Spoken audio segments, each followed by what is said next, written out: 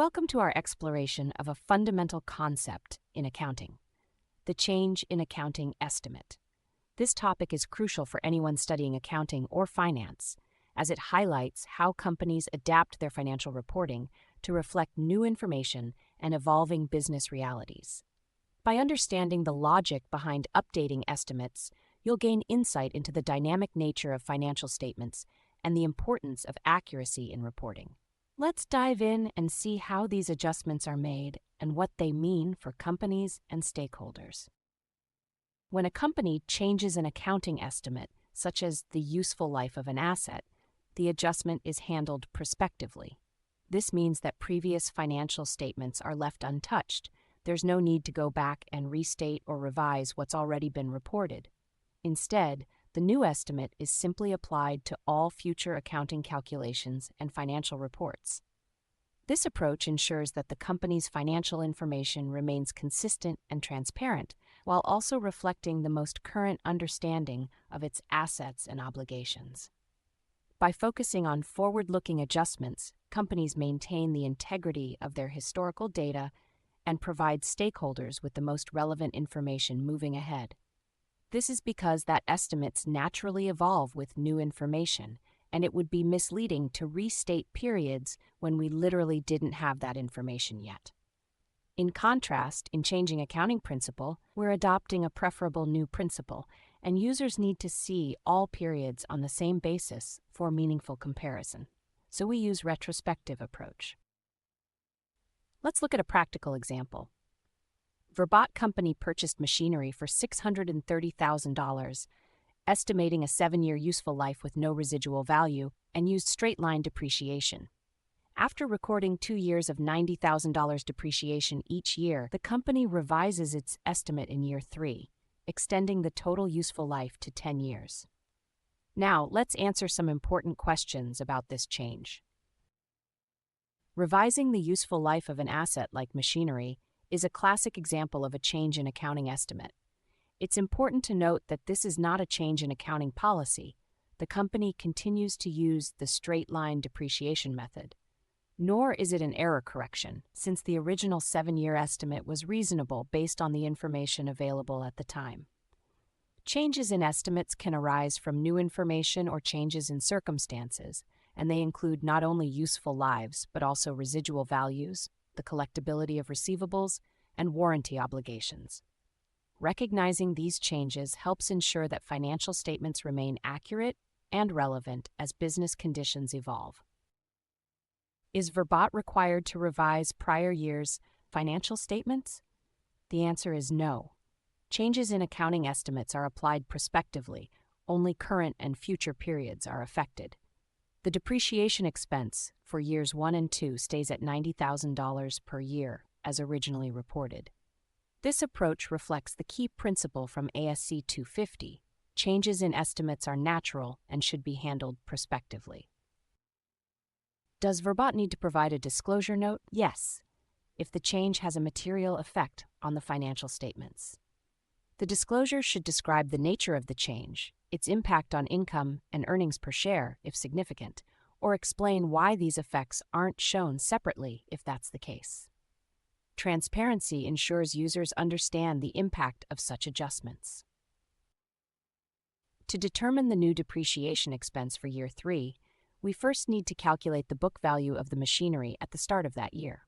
Begin with the original cost of $630,000. Then, subtract the accumulated depreciation from years 1 and 2, which is $90,000 per year, totaling $180,000. This calculation leaves us with a book value of $450,000 as of January 1st, year 3. This updated book value forms the basis for all future depreciation calculations, reflecting the revised estimate and ensuring that the company's financial records accurately represent the asset's remaining value over its useful life. The next step is to figure out the remaining useful life of the machinery after the estimate has been revised. With the total estimated life now set at 10 years and 2 years already used, there are 8 years left for depreciation. This new time frame is crucial because it determines how the remaining book value will be allocated over future periods. By spreading the cost over the updated useful life, the company ensures that its financial statements reflect a more accurate and fair representation of the asset's value and expense pattern, aligning with the principle of matching costs to the periods in which they provide benefit. Now, let's calculate the new annual depreciation expense.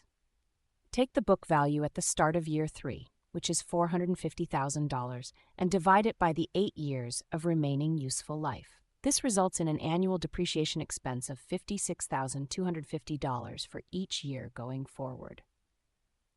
To record this change, the company makes a journal entry at the end of year 3, debit depreciation expense for $56,250 and credit accumulated depreciation machinery for the same amount. This entry reflects the prospective application of the revised estimate, ensuring that the adjustment is properly documented and that financial statements remain accurate and transparent. Let's recap the essentials when dealing with changes in accounting estimates. First, any change, like revising useful life or expected warranty costs, must be applied prospectively, meaning only future financial statements are affected. There's no need to go back and restate prior years. If the impact is material, disclosure is required so users of the financial statements are fully informed. And remember, when it comes to depreciation, the new expense is calculated as the remaining book value divided by the asset's remaining useful life. Here's a quick concept check. Lamont Communications purchased a patent for $50 million, amortizing it over 20 years. In 2027, management realizes the patent will actually provide benefits over just 8 years. So, how should this change show up in their 2027 financials? The correct answer, accumulated amortization at the end of 2027, is $16 million, 3 years at $2.5 million each, plus 1 year at $8.5 million under the new estimate. That leaves a patent balance of $34 million moving forward. Let's look at another example. Universal Semiconductors used to estimate warranty expense as 2% of sales, but after reviewing payment history in 2027, they realized 3% is more accurate. With $400 million in sales and a tax rate of 25%, what happens? Importantly, no past balances are changed, only the current and future expense entries reflect the updated estimate. Let's break down how Universal Semiconductors applies a change in estimate for warranty expense. With sales of $400 million in 2027 and a revised warranty rate of 3%, the new warranty expense is calculated as $400 million times 3%, which equals $12 million. The journal entry for this adjustment is a debit to warranty expense for $12 million and a credit to warranty liability for the same amount. This change is applied prospectively, meaning only 2027 and future years use the new 3% rate. Prior years remain at the original 2% estimate, and no adjustments are made to previously reported figures. This approach ensures transparency and consistency in financial reporting. Now let's consider a scenario involving depreciation. In 2027, Universal Semiconductors decides to switch its depreciation method for precision equipment from double declining balance to straight line. This equipment was purchased at the beginning of 2025 for $60 million with an expected useful life of 5 years and a residual value of $3 million. The change in method affects how depreciation is calculated for the remaining years. The key question is, what journal entry should be made in 2027 to reflect this change? This example highlights how companies must adapt their accounting estimates to better reflect the asset's actual usage and value over time. To understand the impact of changing depreciation methods, we first need to calculate depreciation under the double declining balance (DDB) method for 2025 and 2026. The DDB rate is determined by doubling the straight-line rate for a 5-year asset, resulting in a 40% rate. In 2025, depreciation is $60 million times 40%, which equals $24 million, leaving a book value of $36 million at year-end. For 2026, depreciation is $36 million times 40%, $14.4 million, reducing the book value to $21.6 million. These calculations set the stage for applying the new straight-line method from 2027 onward. Next, let's calculate the book value of the equipment at the beginning of 2027. Start with the original cost of $60 million. Then subtract the accumulated depreciation for 2025, which is $24 million, and for 2026, which is $14.4 million. The total accumulated depreciation over these 2 years is $38.4 million. Subtracting this from the original cost, we arrive at a book value of $21.6 million as of January 1, 2027. This figure is crucial because it forms the basis for calculating depreciation under the new straight-line method for the remaining useful life of the asset. Now let's determine the straight-line depreciation for 2027 and beyond. Begin with the book value on January 1, 2027, which is $21.6 million. Subtract the residual value of $3 million to find the remaining depreciable amount, which is $18.6 million. Since the equipment originally had a 5-year useful life and 2 years have already passed, there are 3 years remaining. Divide the $18.6 million by 3 years to get an annual depreciation expense of $6.2 million for each year from 2027 forward.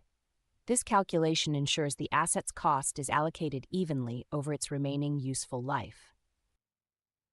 For each year from 2027 to 2029, the journal entry records a debit to depreciation expense, equipment, and a credit to accumulated depreciation, equipment, both for $6.2 million. According to ASC 250, changing the depreciation method is considered a change in accounting estimate, not a change in principle. This means the new method is applied prospectively, starting in 2027, without restating prior years or making any cumulative effect adjustments.